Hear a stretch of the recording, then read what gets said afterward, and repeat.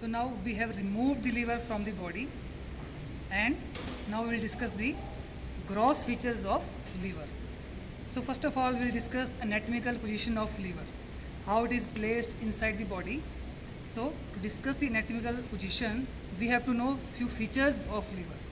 So first of all, this is the anterior surface of liver. Here is attached falciform ligament, and we have superior surface of liver, we have right surface, we have posterior surface, we have inferior surface of liver. So there are 5 surfaces, and on the posterior surface, this is the posterior surface, we have a groove here. We have a groove here. This groove is called groove for inferior vena cava.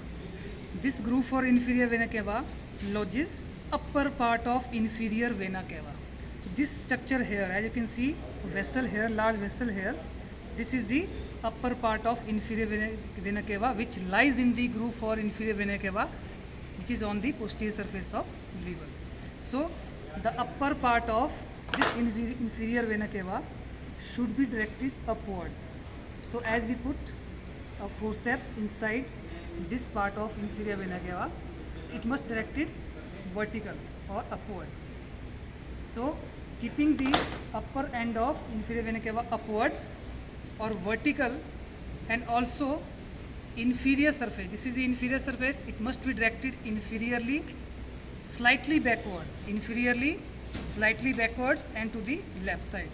So it is directed inferiorly, slightly backwards, and upwards, left side. And this upper part of inferior vena cava should be directed upwards. So this is the, and keep this liver on the right side of your body like this. So you have to keep in mind the upper end of inferior vena cava should be directed upwards, or this small part of inferior vena cava should be vertical, and inferior surface should be directed downwards, slightly backwards, and to the left side. So this is the anatomical position of liver. Now coming to the gross features. First of all, external features of liver. We have 5 surfaces which we have already discussed.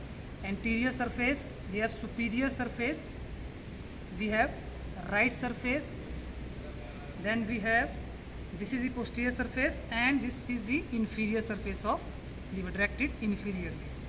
Now borders of liver. We have one sharp border. We have only one sharp border of liver. This border of liver is called inferior border. The inferior border of liver is sharpest, and it presents 2 notches. As you can see, it presents 2 notches. One notch, this notch in relation with this falciform ligament, this is called interlobar notch, or notch for ligamentum teres. So here you can see, this is the ligament teres. This is ligamentum teres.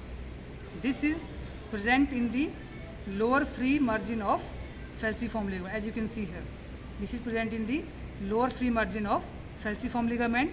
This is ligamentum teres. So this notch is for ligamentum teres. This is also called interlobar notch. Other notch is here. This notch is called cystic notch, and it lodges, or there extend fundus of gallbladder. Lodges fundus of gallbladder.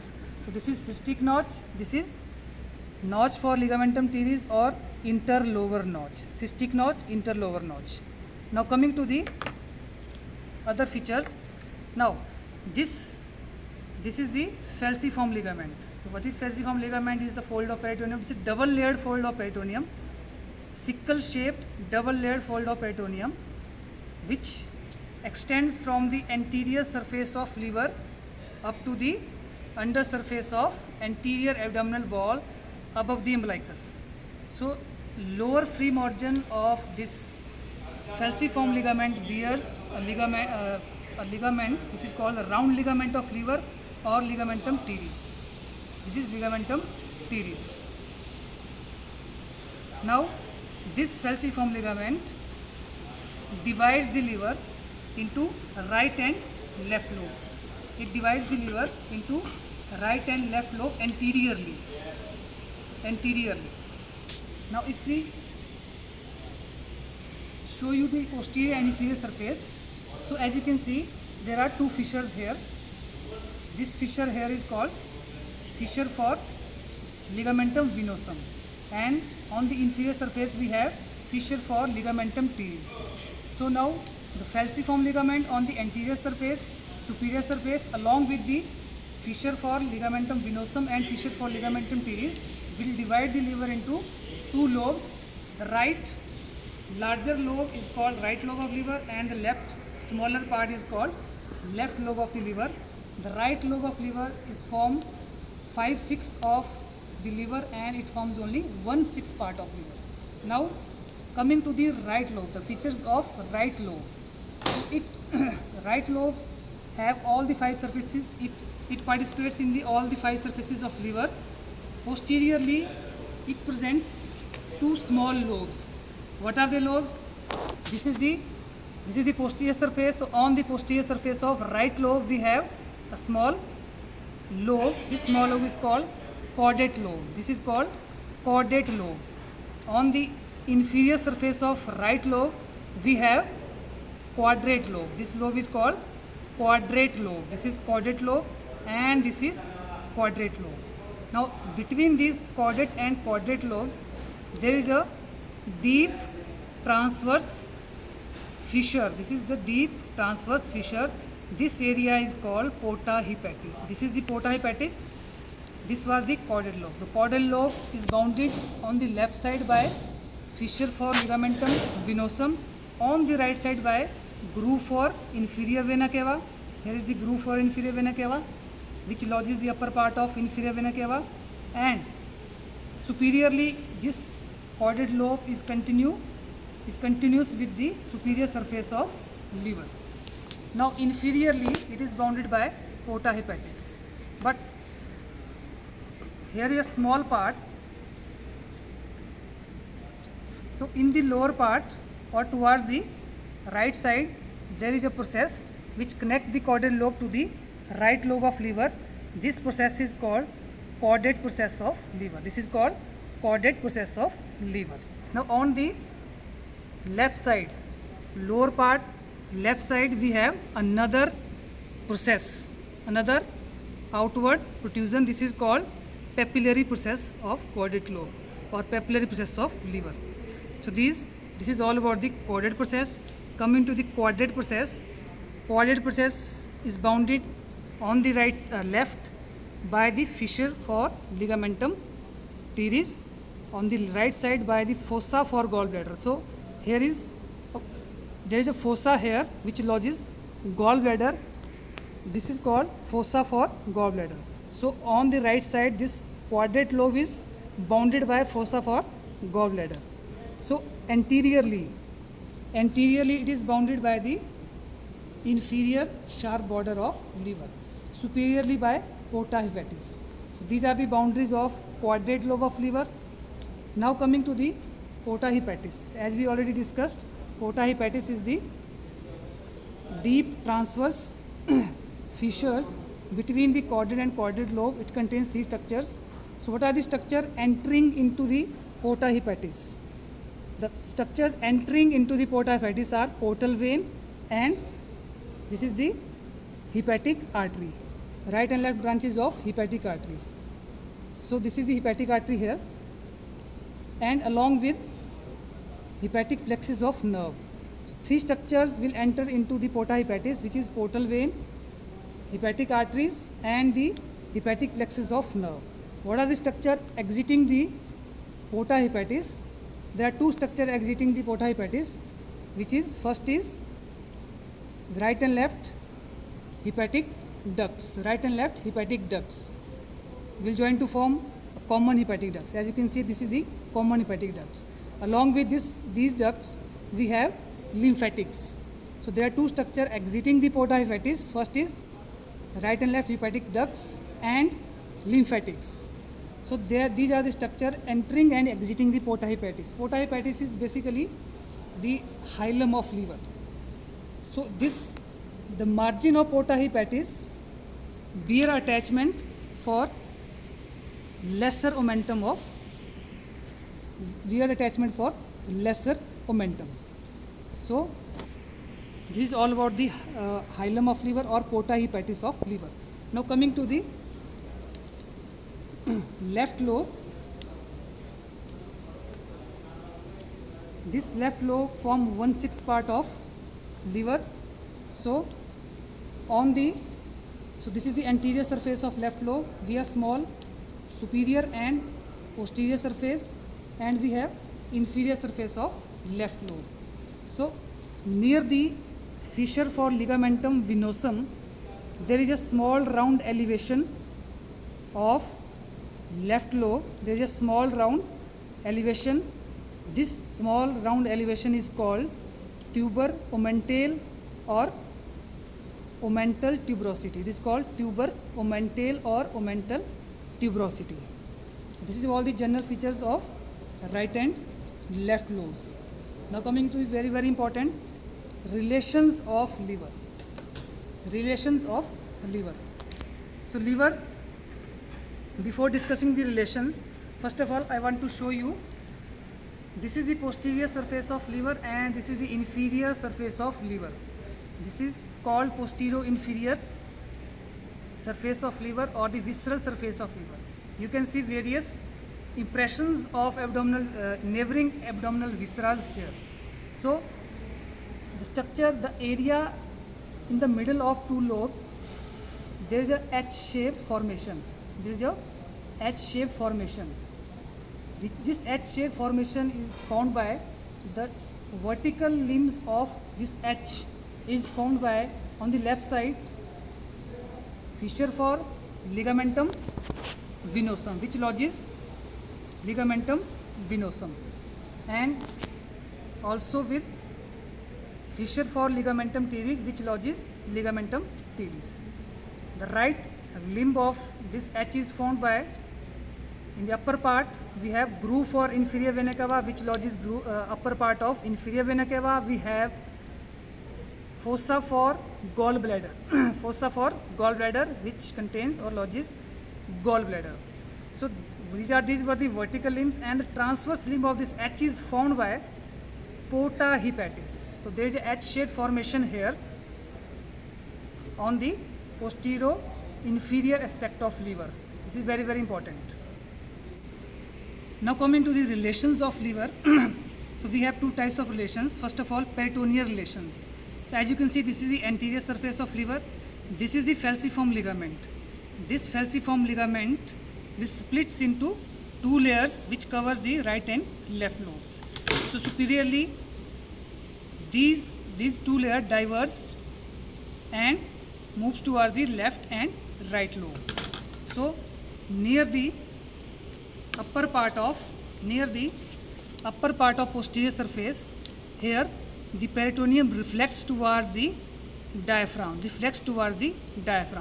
So this reflection here was called superior layer of coronary ligament. We have already dissected here the superior layer of coronary ligament.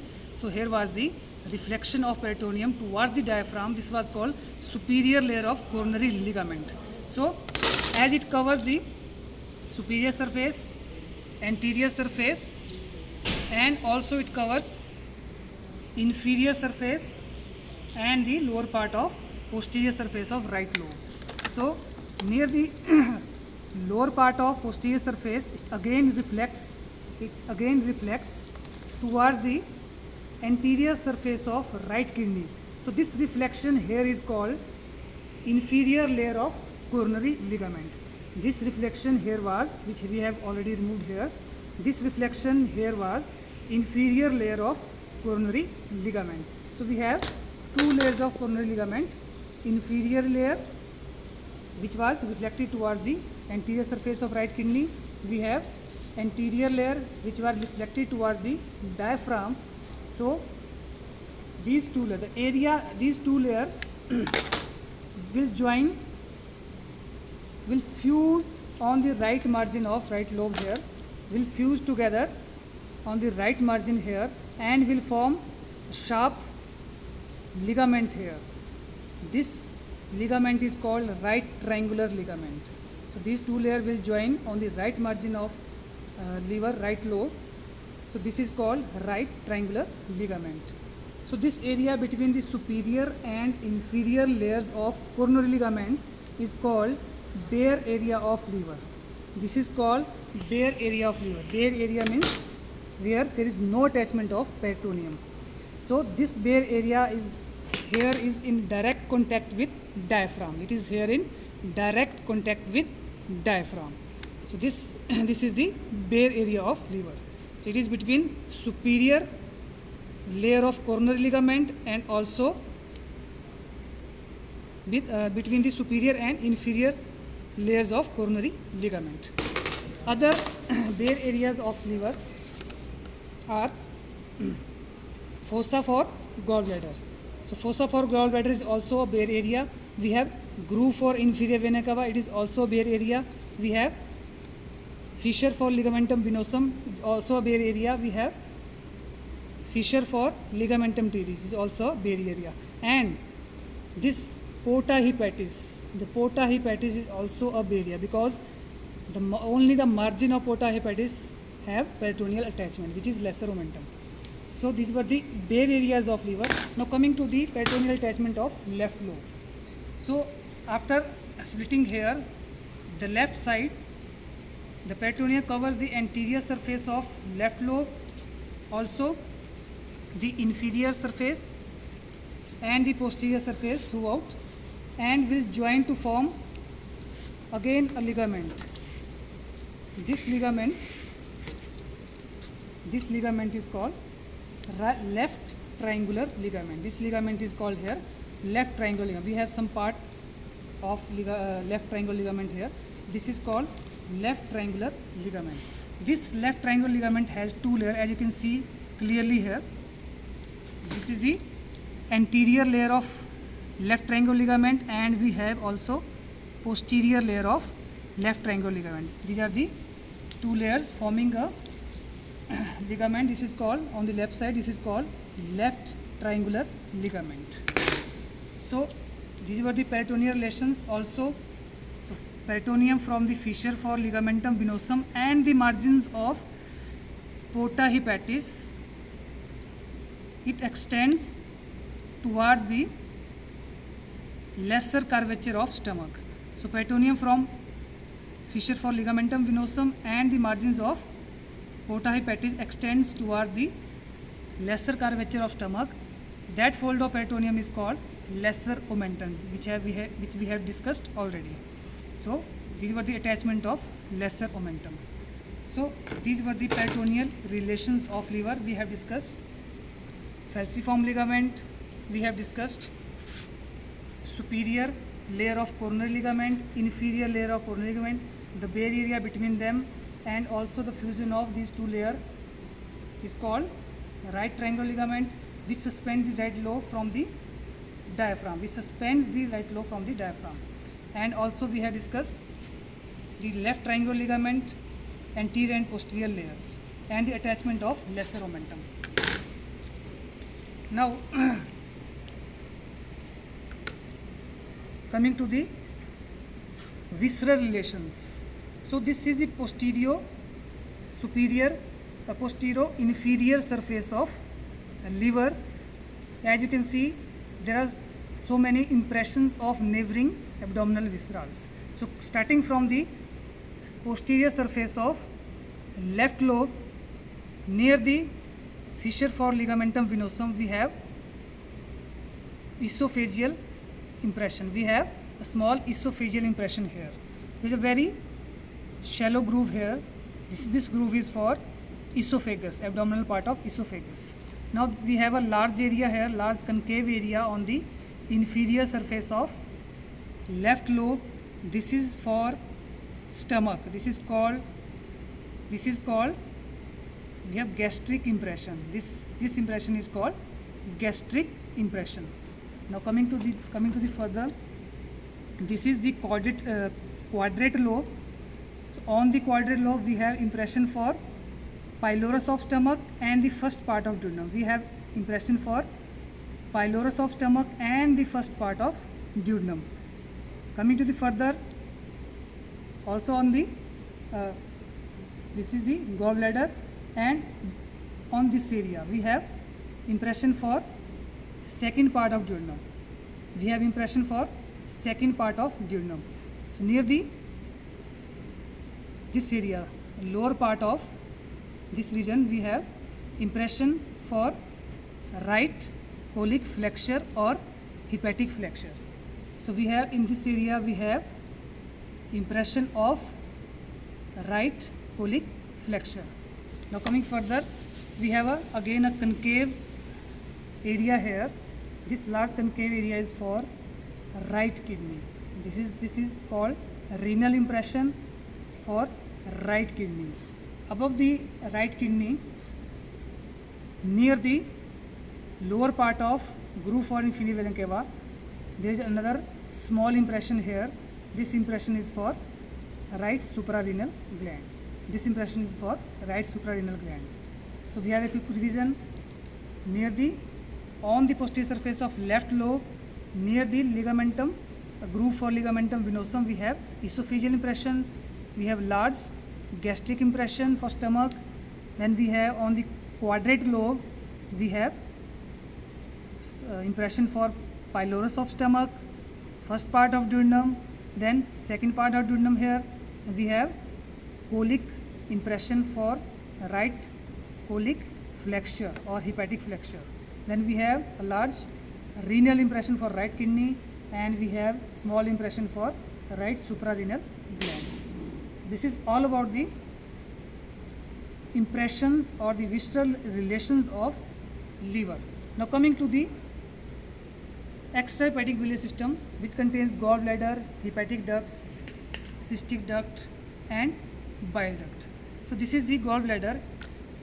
This gallbladder is the piriform shaped structure.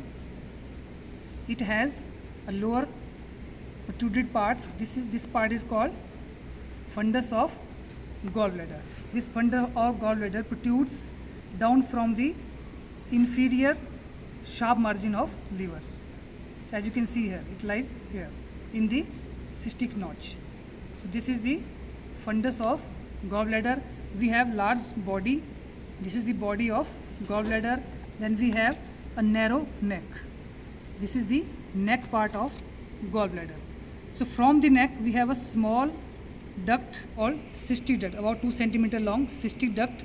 This cystic duct will join with common hepatic duct. This cystic duct will join with common hepatic duct.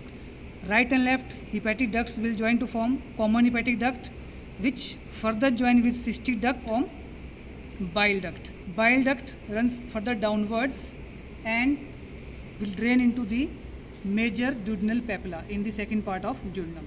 So this is all about the extrahepatic biliary system. We have gallbladder, we have cystic duct which joins with the common hepatic duct will form common bile duct. So this is all about the liver, gross anatomy. We have peritoneal relations, we have discussed the visceral relations and the extrahepatic biliary system. This is all about the today's lectures. Thank you so much.